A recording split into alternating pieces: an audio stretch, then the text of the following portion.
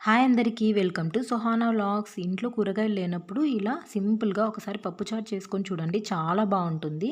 ఈ పప్పుచారు కాంబినేషన్‌లో అప్పడం అయితే చాలా బావుంటుంది. నేనైతే ఈరోజు మధ్యాహ్నం లంచ్‌లోకి అదే చేశాను. నేనెలా చేశానో ఒకసారి చూసేయండి. ఫస్ట్ అయితే కుక్కర్ తీసుకొని ఒక కప్పు కందిపప్పు తీసుకొని బాగా కడుక్కోవాలి. అలాగే ఒక 3 టమాటా, ఒక చిన్న సైజు ఉల్లిపాయ, 2 పచ్చిమిర్చి కట్ చేసుకొని వేసుకోవాలి.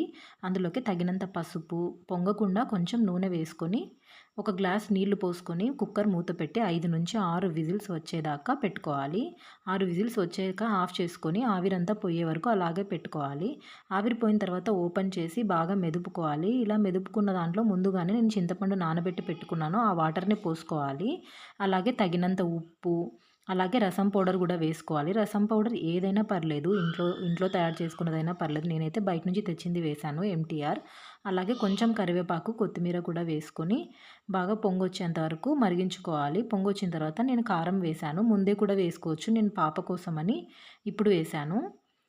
తర్వాత ఇందులోకి బాగా సిమ్‌లో పెట్టి మరిగిన తర్వాత పక్కన పోపు వేసుకోవాలి. ఒక గిన్నె పెట్టుకొని 2 స్పూన్స్ ఆయిల్ వేసుకోవాలి. జీలకర్ర, ఆవాలు, అలాగే కట్ చేసుకున్న ఉల్లిపాయ, వెల్లుల్లి వేసుకొని బాగా వేగిన తర్వాత చివరిలో ఎండుమిర్చి, అలాగే కరివేపాకు కూడా వేసుకొని బాగా వేయించిన తర్వాత బాగా మరుగుతున్న ఈ పప్పుచారులోకి వేసుకొని కలుపుకోవాలి. ఈ పప్పుచారుని అప్పడం కాంబినేషన్‌తో తినండి. చాలా బావుంటుంది. ప్లీజ్ నా ఛానల్‌ని సబ్స్క్రైబ్ చేయండి, షేర్ చేయండి, ఫాలో చేయండి. బాయ్.